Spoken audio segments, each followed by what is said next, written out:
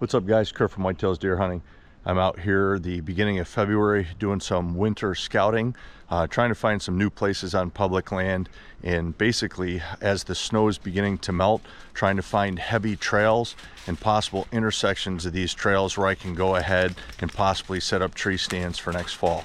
I'm using OnX, and I'm using the tracking feature of OnX and walking these deer trails so that when I get back, all these areas that I've walked deer trails, I can go ahead and draw them out with lines onto my maps and help me better understand the properties I'm going to come back and hunt in the fall.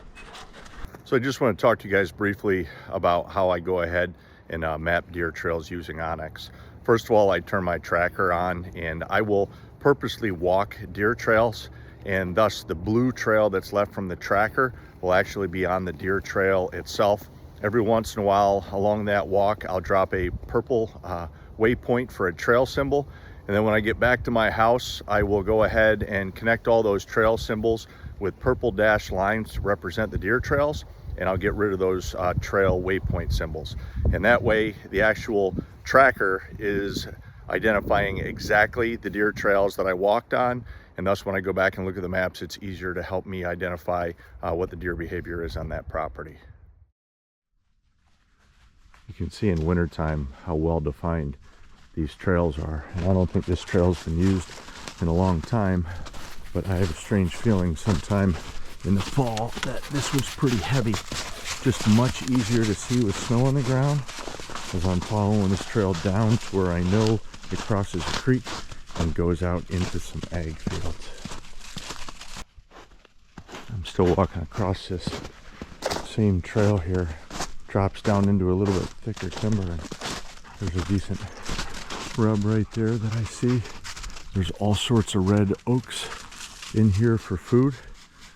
I was just coming down this trail here and started to follow it across, and it turns back up onto private land. So I also crossed this trail right here, so I'm going to backtrack and follow this one diagonally down, staying on public.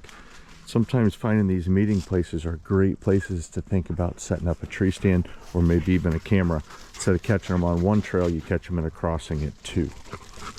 As I'm coming out of this evergreen forest and out into some open hardwoods, I find this really nice fresh rub from this year. I'll take that any day. Down out of the evergreen forest there, and it opens up into hardwoods. And there's this defined trail here that is coming down off these slopes, and it looks like it's heading into what I believe is some thicker areas of low stem count trees and trails, and then out to farm fields. Here's where a trail comes across right here. Here's where two trails go out right there. So this is what I'm looking for here.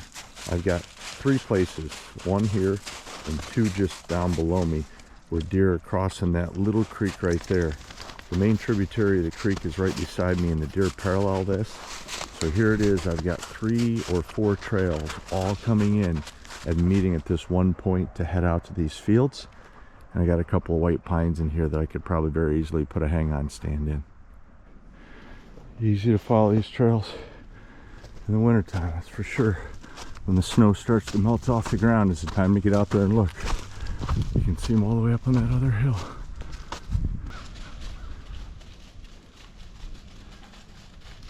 I would say that these trails right here are just a bit of a funnel.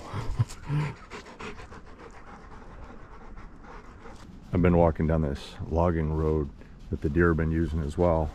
And right here is an intersection of 2 trails that meet, both of them coming out of that real thick evergreen bedding.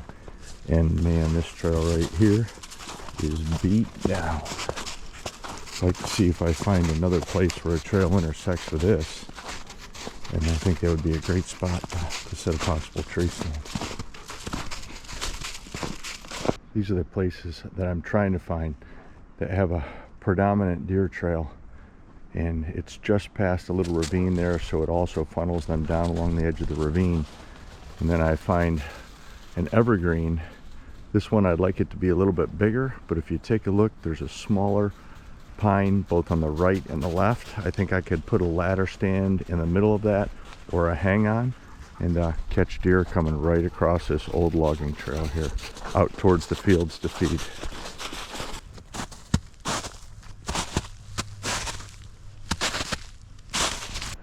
That's it for today. Pups and I spent about 2 hours on this piece of property. Found probably 4 or 5 real solid stand location possibilities. Definitely come back sometime when the snow's off the ground, and again maybe early spring to come back and check these places again.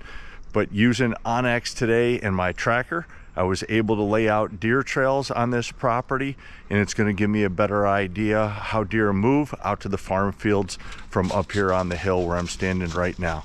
A lot of bedding in the evergreens, a lot of thick stuff, some crabapple occasionally, some red oaks, and then eventually you're going to pinch down to those farm fields in the evenings. Okay guys, it's Kurt from Whitetails Deer Hunting, telling you guys have a great day. See ya. Okay boys, it's all uphill from here. Let's see if we can find a logging road to get out of here before it's dark. If you can find a logging road, even if it's an old one, it's always easier than walking straight up a hill.